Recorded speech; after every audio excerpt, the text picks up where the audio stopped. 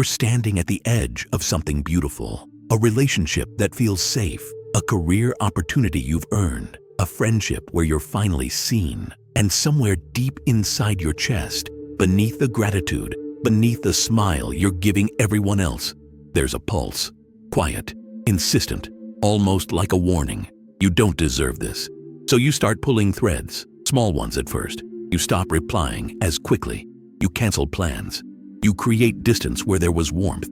You find reasons to doubt what's working. And when it finally falls apart, when they walk away, when the opportunity closes, when the good thing becomes another story you tell yourself about why you can't have nice things, you feel something strange. Relief, not happiness, not peace, but relief, because the waiting is over. The other shoe has dropped, and you're back in the place you understand best, alone, but no longer afraid of losing something. This is the psychology of self-sabotage, and if you're watching this, you already know the pattern. You've lived it. You've watched yourself destroy things you wanted to keep. You've felt the suffocating contradiction of craving connection while engineering your own isolation. You've asked yourself over and over, why do I do this? Here's the truth they don't tell you.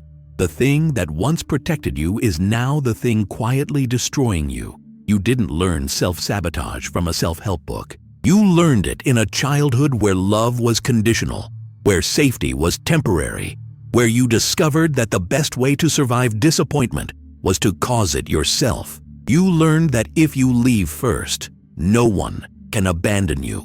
If you break it yourself, no one else gets to. If you stay small, you'll never have to experience the terror of being seen and then rejected. You became an expert at preemptive loss.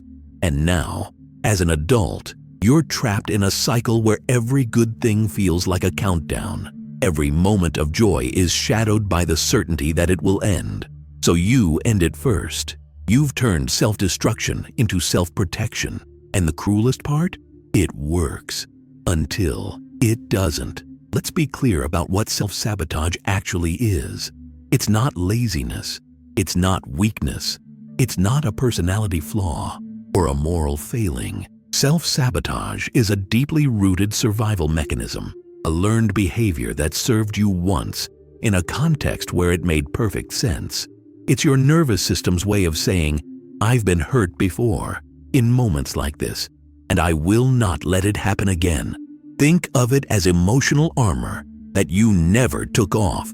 You're still wearing protection designed for a war that ended years ago. But your body doesn't know the war is over. Your body only knows good things are dangerous. Stability is a trap. Hope is the cruelest risk of all. In attachment theory, this is the territory of avoidant attachment, a relational blueprint forged in early experiences where emotional availability was inconsistent, conditional, or absent entirely. Children who develop avoidant patterns learn that reaching out leads to disappointment, that needing others makes you vulnerable, that the safest person to rely on is yourself. So they stop reaching. They develop what psychologists call compulsive self-reliance, an armor of independence that protects them from the unbearable pain of unmet needs. But here's where it gets complex. Avoidant attachment doesn't mean you don't want connection. It means you're terrified of it. You crave intimacy while simultaneously believing that intimacy will destroy you. So you hover at the edge. You get close enough to feel something, but never close enough to be truly seen. And when someone does see you, when they move toward you with genuine affection, with consistency, with the kind of love that asks nothing but presence, your nervous system interprets it as a threat. This is the fundamental paradox of self-sabotage. The very thing you're longing for is the thing you've trained yourself to destroy.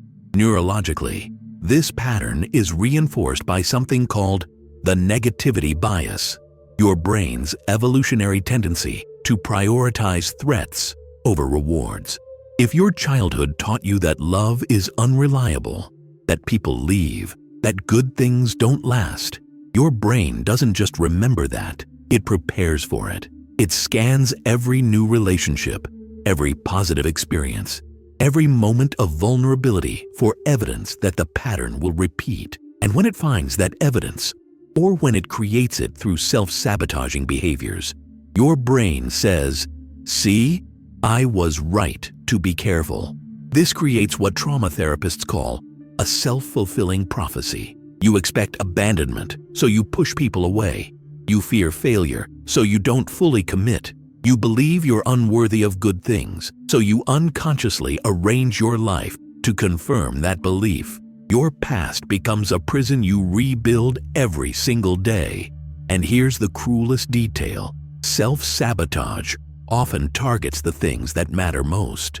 You don't destroy the casual relationships, the mediocre opportunities, the surface-level connections. You destroy the ones that threaten to change you, the ones that whisper, "You could be happy here. You could stay." Because staying means vulnerability. Staying means believing you deserve it. Staying means dismantling the entire architecture of survival you've spent your life constructing. Let's talk about what self-sabotage actually costs you. Not in the abstract. Not in the way people casually say, "You're getting in your own way."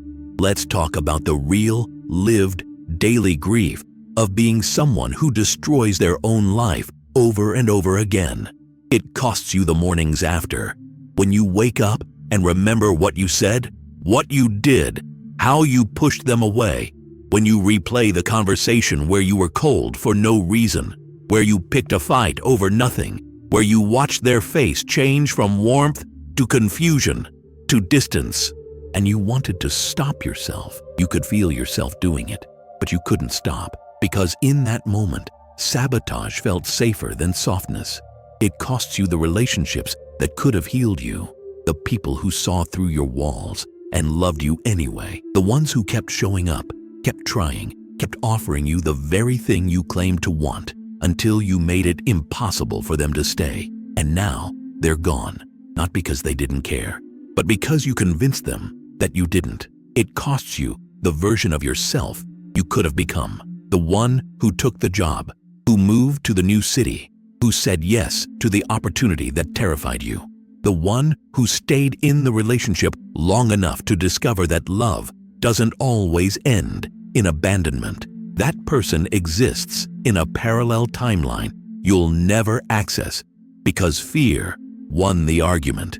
Carl Jung wrote, "Until you make the unconscious conscious, it will direct your life and you will call it fate." This is the philosophical weight of self-sabotage. You're not just repeating a pattern. You're enacting an invisible script written in childhood by people who may not have even known they were writing it. You're performing a role you never auditioned for. And every time you sabotage something good, you're honoring a belief system that was never yours to begin with. You're living out someone else's fear of disappointment, someone else's model of love, someone else's conviction that you are too much, or not enough, or fundamentally unworthy of staying. And the tragedy is that you've internalized it so deeply.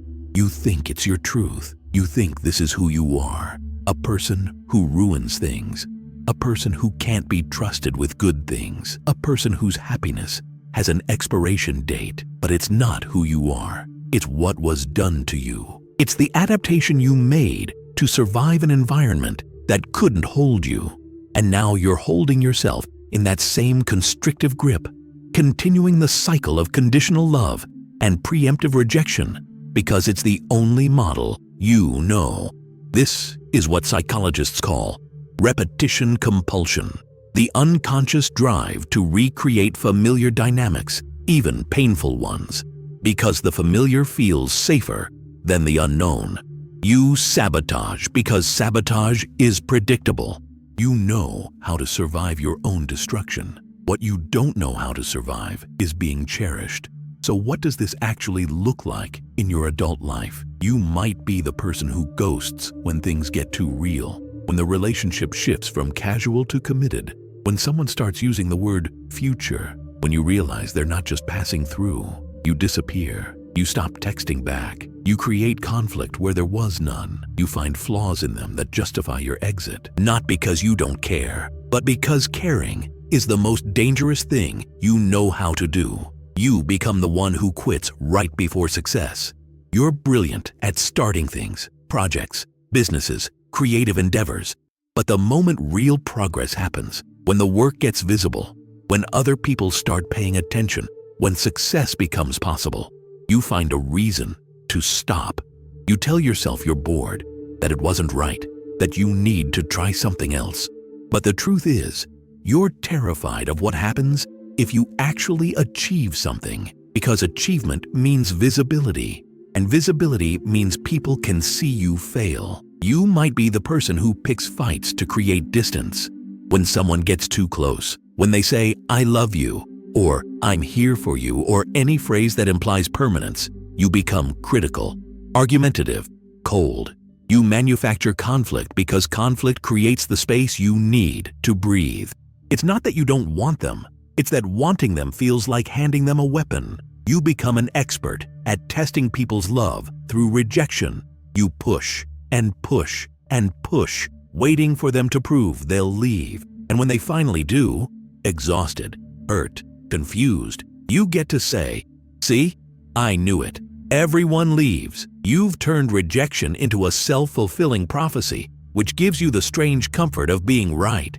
You might struggle with accepting compliments or praise. When someone acknowledges your worth, your talent, your value, you deflect, you minimize, you make a joke, you redirect the conversation, because accepting praise would mean accepting that you deserve it. And if you deserve good things, then you have to reconcile why you've spent your entire life believing you don't. You feel guilty when things are going well. Happiness makes you anxious. Peace feels like the calm before the storm. When your life is stable, when your relationships are healthy, when work is fulfilling, you're waiting for the collapse. So you create it. You start drama. You pick fights. You make impulsive decisions. Because chaos is familiar. Chaos is what you know how to navigate. And unconsciously, you'd rather control your own destruction than wait for life to do it to you. But here's the shift that changes everything: awareness. The moment you start to witness the pattern instead of being the pattern, you create space. Space between the impulse and the action. Space between the trigger and the response. Space where healing can begin. You start to notice, "Oh, I'm doing it again. I'm pushing them away. I'm sabotaging this. I'm choosing fear over presence." And in that noticing, you're no longer unconscious. You're no longer a passenger in your own life. You're awake, and being awake means you have a choice. This is the beginning of unlearning, and unlearning is not the same as fixing. It's not about becoming someone else. It's about remembering who you were before you learned that love was dangerous, that safety was an illusion, that you had to earn your right to exist. So how do you heal from this? Not quickly, not easily, not in a way that fits into a 7-day challenge or a motivational quote.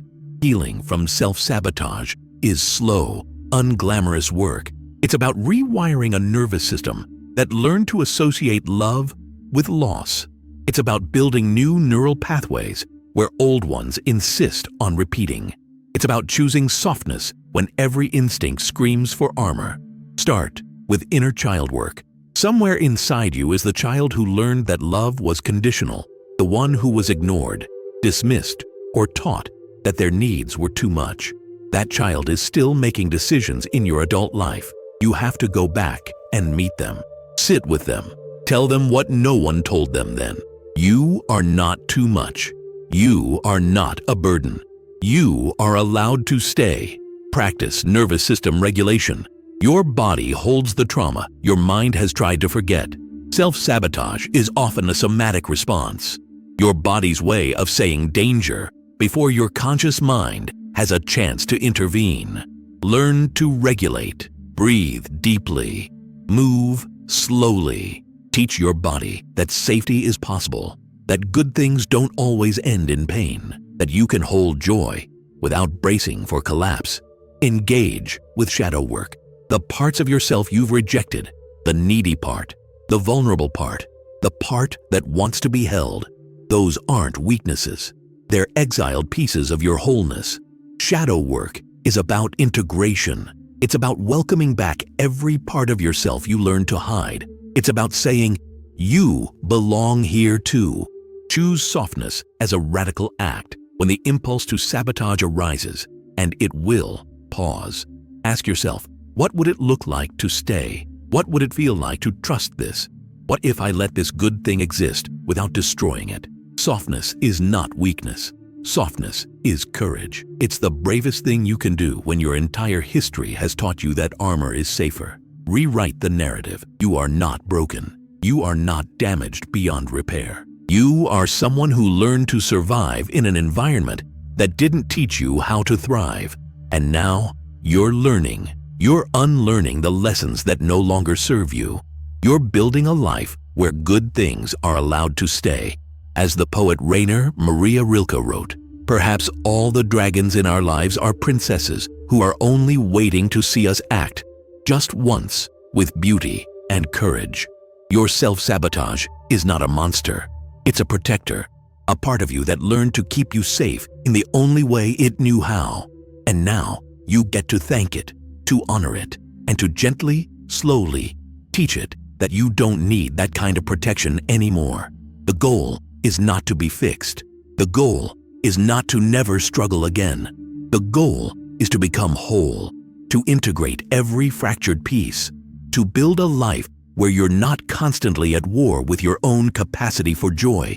You deserve good things, not because you've earned them through suffering, not because you've proven yourself worthy, but because you exist. And existence itself is enough. If this resonated with you, if you saw yourself in this pattern, share this with someone who needs to hear it. And if you're ready to keep exploring the hidden psychology that shapes your life, subscribe, because this work of becoming whole, it's the most important thing you'll ever do.